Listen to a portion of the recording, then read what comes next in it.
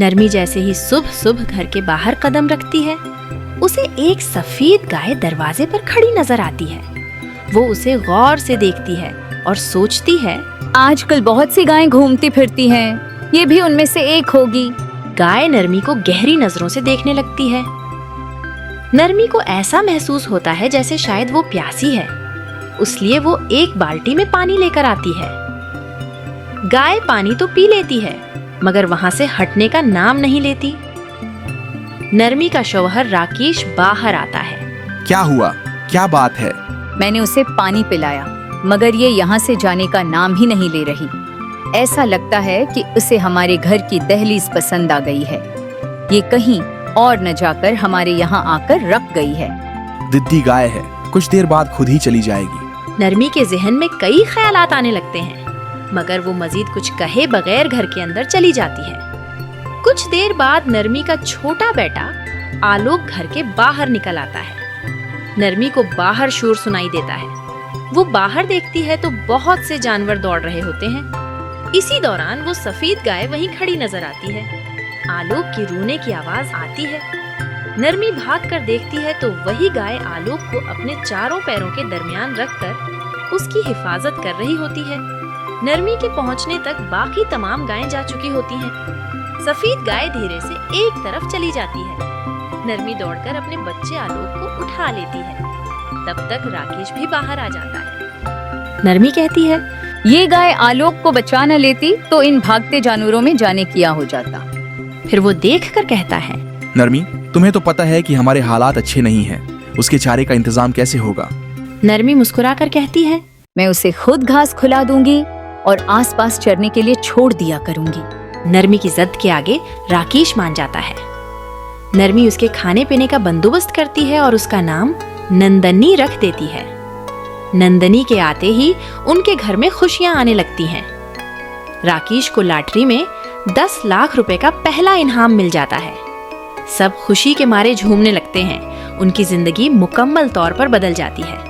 राकेश, नरमी और आलोक तीनों के साथ नंदनी भी बहुत खुशी से रहने लगती है। राकेश नरमी के लिए ज़ीवर और अच्छे कपड़े खरीद कर लाता है और एक बड़ा खेत खरीदने के लिए काफी रकम जमा कर लेता है। कुछ दिनों बाद रात के वक्त एक चोर राकेश के घर से सोना, चांदी और रुपए चुरा कर ले जाने लगता है। जैसे ही वो घर से बाहर निकलने लगता है, नंदनी उसके रास्ते में आकर खड़ी हो जाती है। चोर भागने की कोशिश करता है, मगर नंदनी उसे सेंग मारकर गिरा देती है। वो फिर से भागने की कोशिश करता है, मगर नंदनी उसे दोबारा गिरा देती है। इतने में राकेश और नरमी बाहर आ जाते हैं। चोर पकड़ा जाता है। राकेश खुश होकर कहता है, नंदनी, तुमने इतनी बड़ी चोरी होने से बचा लिया, हमारा खजाना महफूज कर लिया। तुम वाकई हमारी रखवाली कर रही हो। कुछ वक्त बाद नंदनी एक खूबसूरत बछड़े को जन्म देती है। घर में खुशी की लहर दौड़ जाती है। बछड़े का नाम गोलो रख दिया जाता है। गोलो घर की रौनक बन जाता है।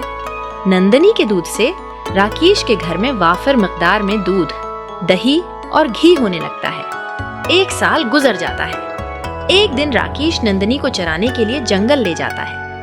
अचानक 2 खौफनाक भेड़िए राकेश के करीब आकर गर्राने लगते हैं। राकेश डर जाता है और बचने के लिए उधर उधर देखने लगता है। दौड़ चल रही नंदनी राकेश को मुसीबत में देखकर दौड़ती हुई उसके पास आ जाती है। राकेश पीछे हट जाता है। नंदनी एक भेड़िए को जोर से मारकर गिरा देती है। इतने में दूसरा भेड़िया आगे बढ़ता है, मगर नंदनी उसे भी मारकर गिरा देती है। राकेश लकड़ी उठाने के लिए दौड़ता है। इसी दौरान एक भेड़िया नंदनी के पैर पर काट लेता है। राकेश वापस आकर जोर से भेड़िए को मारता है। आखिरकार राकेश और नंदनी दोनों भेड़ियों को मारकर भगा देते हैं। राकेश सुकून की सांस लेते हुए कहता है, नंदनी, आज तुमने मुझे बचा लिया। तुम वाकई हमारी मुहाफिज हो। अगले ही लम्हे राकेश नंदनी के जख्मी पैर को देखकर बहुत दुखी हो जाता है। वो फौरन उसके जख्म पर कपड़ा बांधकर उसे जानवरों के डॉक्टर के पास ले जाता है। नंदनी हमेशा एक बेज़बान जानवर होकर भी बड़ी वफादारी से राकेश और उसके खानदान की हिफाजत करती रही। यूं वो हमेशा के लिए वफादारी की एक बड़ी मिसाल बन जाती है।